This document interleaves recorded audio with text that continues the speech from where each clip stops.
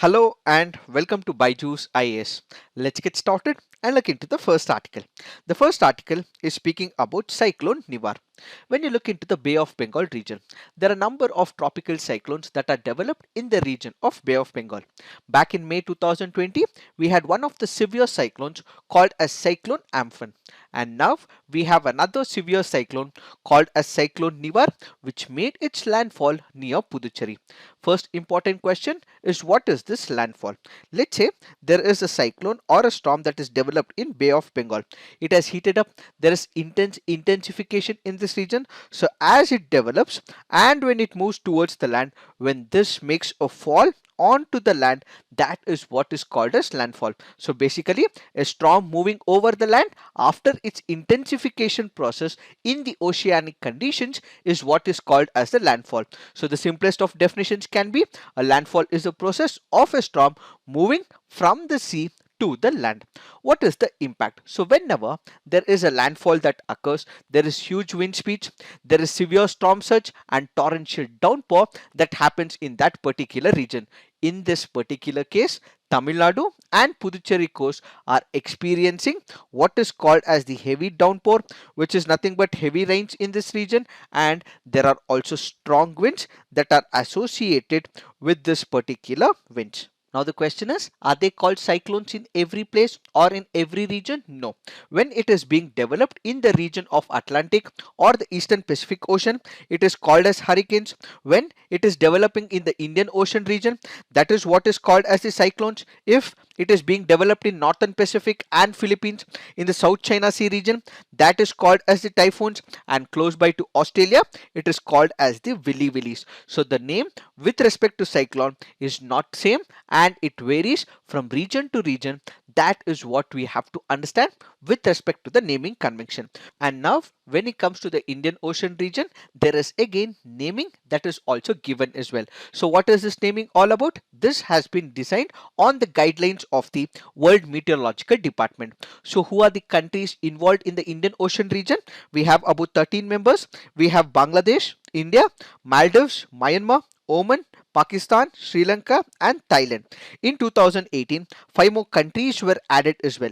This includes Iran, Qatar, Saudi Arabia, the United Arab Emirates as well as Yemen. So when all these countries come up together, they also give a name, a list is formed, and one of the cyclones, when it hits this particular region, a name is picked up from this list and this is being given a designated name for that particular cyclone. Now the question is, why are cyclones given a name? That is for the identification process. Let's say in the earlier process, they were based on the latitude as well as the longitude as well. So naming became very difficult as well. Identification become very difficult. So when you have a name given by a country where people are able to relate it, all the people working in that condition will be able to disseminate all the information required. So let's say the media has to report something, it has to generate some interest in the people, or it has to make sure that there is dissemination of the information or create a preparedness in that particular locality. That is why naming becomes a very important factor. So in this particular case of Nivar, this was named by Iran. So kindly remember, it can be a very important question from your preliminary examination. So which country has given this name Nivar? It happens to be Iran, which has given this particular name.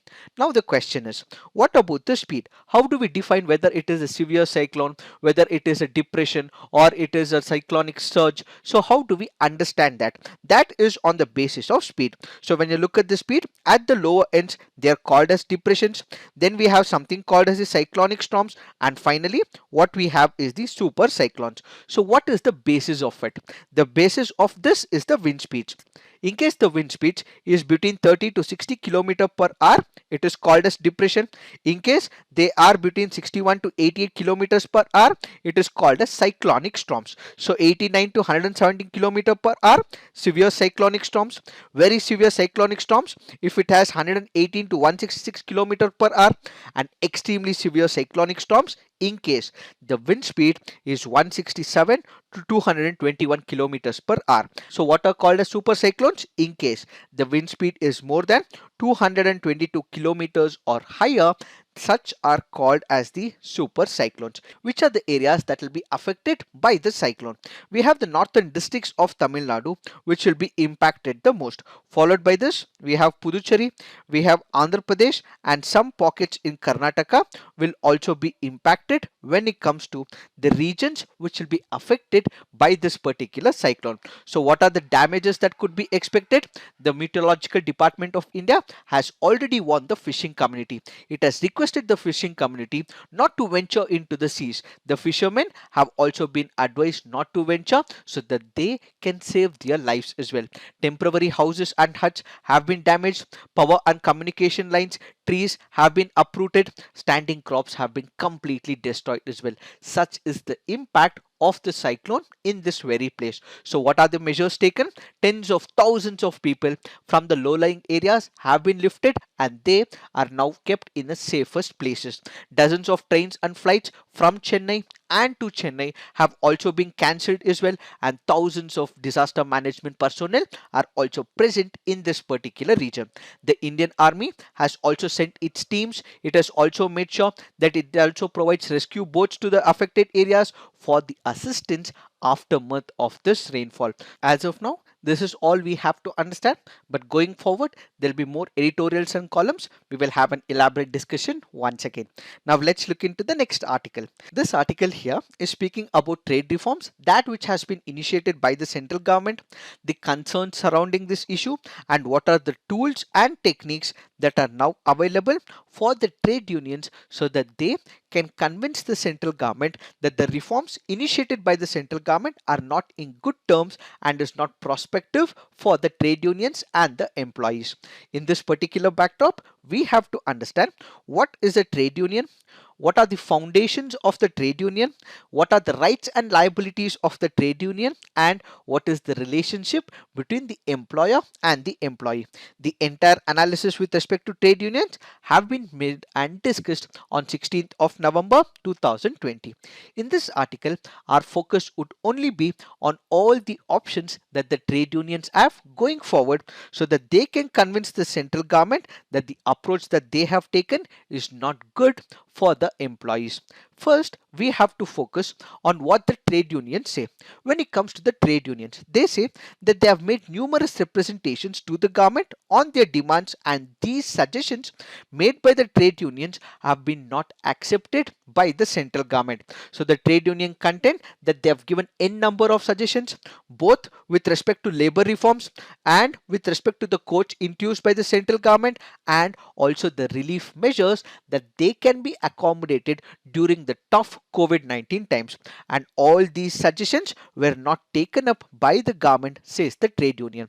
When it comes to the trade union or any reforms with respect to the labor sector, who are the major stakeholders? You have the government, you have the employer, and then you have the employee.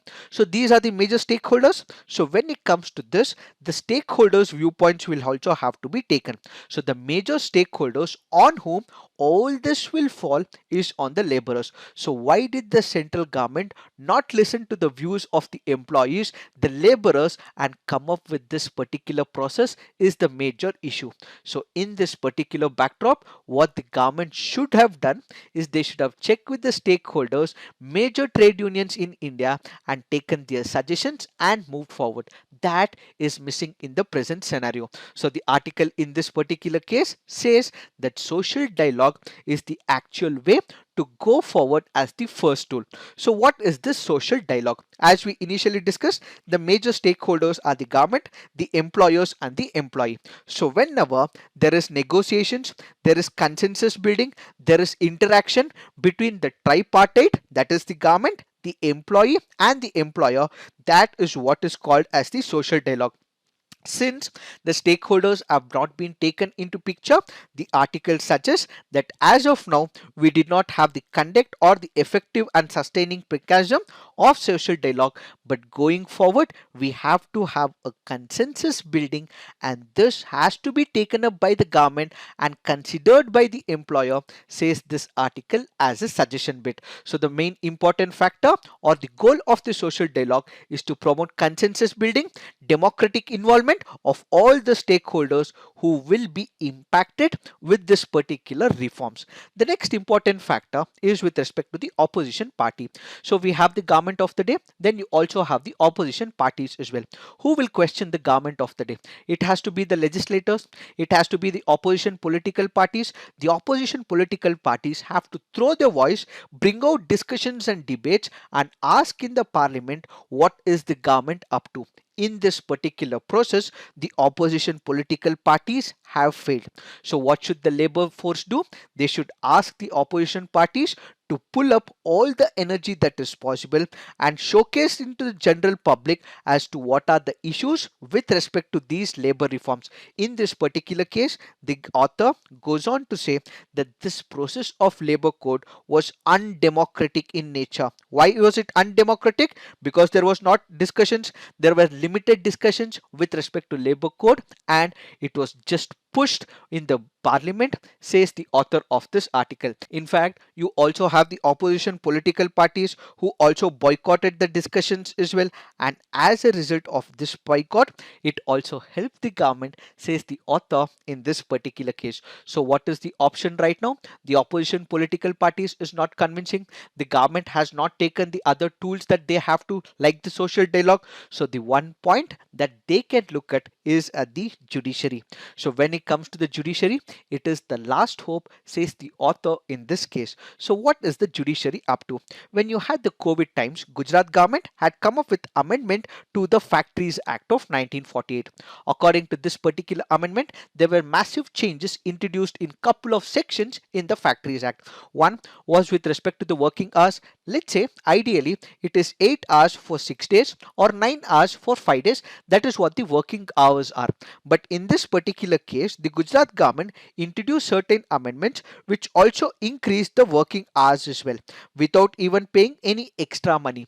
In such a circumstance, the labor force went to the Supreme Court of India, and the Supreme Court of India delivered a landmark judgment. So what did it say? It said that since they were not being paid more and since the working hours was also increased, it struck down this very amendments to the Factories Act, calling it that these are unconstitutional in nature. So that is why they have a hope that they can go to the Supreme Court of India, file a petition in this particular case, and request the Supreme Court to deliver justice when it comes to this particular code as well. Why? Because the Supreme Court in this particular case might also consider that this law is ultra vires, beyond the scope, and it is violating certain important issues with respect to the laborers as well. If all these processes, tools and options does not work, the trade unions will have to initiate industrial action, says the author. So what is this industrial action? This can be in the form of strike, or it can be in the form of working to rule. So what is the strike? Basically where the workers refuse to work for the employer, and when it comes to the working to the rule, they will not work more, and even in certain cases, if the output has to be delivered in 5 hours or in 6 hours, they slow down the entire process to show to the employer that they are not happy with this entire process. So on one side, you have the strike where the workers refuse to work for the employer, or you have another way where it is working to the rule and nothing beyond it. In this particular case, there is slowness to the execution, and as a result, the employer can also get frustrated as well. If even this process does not work, it is also said that International Labour Organization intervention can also be requested as well. So all these are the tools and mechanisms that is available with the trade union, says the author in this particular case. Now let's look into the next article. This article here is speaking about the link between the jobs, exports from India, and trade agreements and pacts. When you look at the Indian economy, it has contracted by 23.9% in the first quarter of 2020 and 21. According to Reserve Bank of India, the Indian economy will further contract by about 10% in the July-September quarter. So what is this contraction? Basically, when you look into the economics of a particular country, economy, when it is not performing well, when there is a constant decline when it comes to growth prospects, and when the economy as a whole is in decline, that is what is called as contraction. So when the economy is not doing good, there will be economic hardship and people will also start losing their jobs as well. In the present scenario, because we have a contraction, what has happened in this particular case? Jobs has taken a major hit, says the author of this article. Thousands of people have lost their jobs. In fact, people were already suffering before COVID-19 hit as well. India has also had 45 years of highest unemployment rate as well. And after COVID-19, the devastation has increased as well. So what do we have is loss of jobs when it comes to India before COVID-19 and after COVID-19. And as a result, people from various quarters have suffered their job losses. This can be in the form of salaried, it can be non-contractual, casual, daily wage, or even self-employment as well. So when people have lost their jobs, they would also lose all their livelihood mechanisms, and people are the major sufferers. So the first thing is we have the contraction, and as a result of contraction, what we have is job losses, and people are the major sufferers because they are not able to make the livelihood mechanism. The next important factor is with respect to exports. So what exactly happens? You have number of labor intensive sectors. This includes apparel, leather goods, value added agriculture as well. These are the sectors which employ as many people as possible. So the number of people in agriculture is more, in leather goods production is more, and in apparel sector is also more. When you look at these labor intensive sector, the exports are also comparatively more as well. All the goods that are manufactured in the leather industry, about half of it is exported. When you look at the apparel sector, you have about one third which is exported, and so is with agriculture, where we have massive reforms and exports when it comes to the agriculture sector as well. In case the exports does not go well, who are the major sufferers? All these sectors and its people are the major sufferers. Further, when you look at this particular sector, let's say agriculture or leather goods or apparel and its associate sector, let's say for example, if we have to export, we require the shipping sector. If we have to export, what we require is the storage. If we have to export, what we require is the container stations as well, or we also require the export financing as well. So with all these sectors, there are other sectors which are integrated and connected. If exports do not go well, all these sectors are also in a problem, and ultimately the jobs will also be a major problem when it comes to the export sectors. The government of India has initiated number of programs as well. One of the important programs is in the form of Make in India program, but this Make in India program is not working well, says the author in this particular case, and the major effects of demonetization and GST has also impacted when it comes to the export sector. So what we have to understand is that the export sector is not working good when it comes to the India.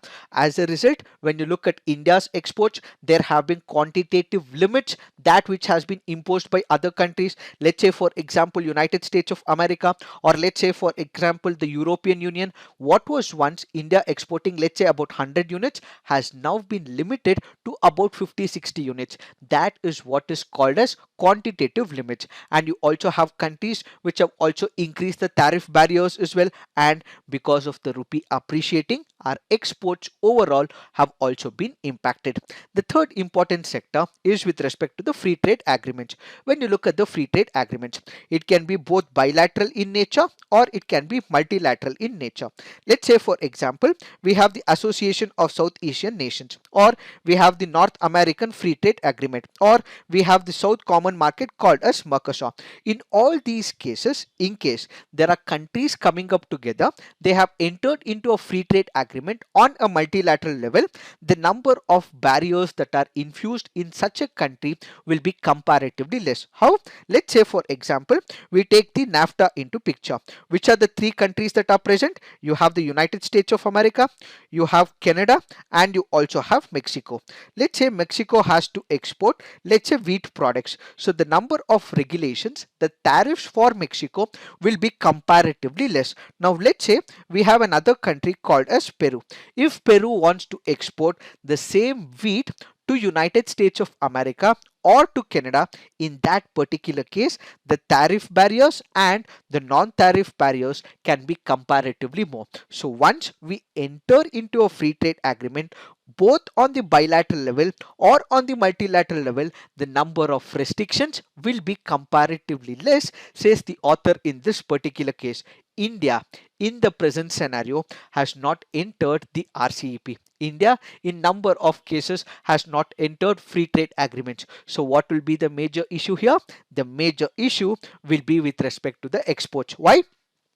Because we do not have number of free trade agreements, we will have limitations, and when we have limitations, the exports cannot be used at the optimum level, says the author in this particular case. So what is the major problem? India has not entered into free trade agreements on the bilateral level and also on the multilateral level. One of the example is the RCEP, and as a result, the exports of the Indian exporters will suffer, says this particular case. And apart from this, let's take this condition. If India does not enter into a free trade agreement, what we will see is that India will have major barriers.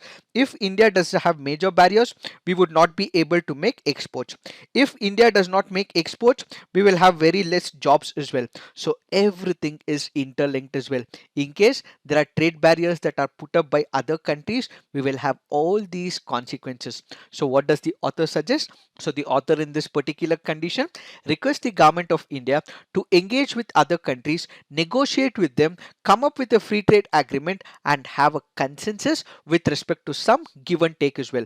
Not everything will work in favor of India. If India is able to engage and come up with a productive settlement, it will serve our exports and indirectly help our job, says the author in this particular case. So for us to revive the economy, for us to revive the job sector and bring growth in the market, we have to make sure that we have access to the global market. So engaging with the outside world, both in terms of the bilateral and the multilateral level in this competitive world, is required with engagement and negotiation, says the author in this case. Now let's look into some of the preliminary practice questions. Which of the following countries are part of Mercosur?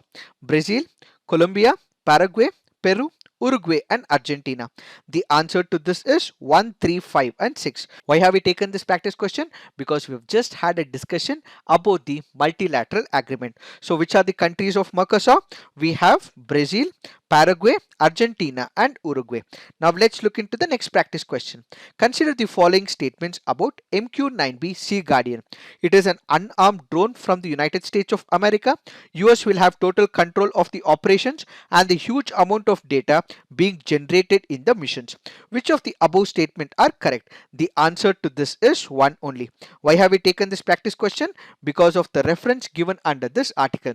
So kindly remember, this is one of the important unarmed drones that which has been procured from the United States of America, and kindly remember, this is not bought but instead it is leased for about 1 year. So this happens to be a maritime variant of Predator MQ-9 unmanned air vehicle. So this has a maximum endurance of about 40 hours, and this can also be used at a flying altitude of about 40,000 feet, says the article in this particular case. So what is the significance of this particular drone? So this particular drone, which has been leased by the United States of America, can be used by the Indian Navy to monitor the Indian Ocean as well as further strengthen the surveillance when it comes to the coastal boundaries as well. And there are important strategic choke points as well. Let's say for example the Malacca Strait or in the Persian Gulf as well, they would be able to make a surveillance in this particular region.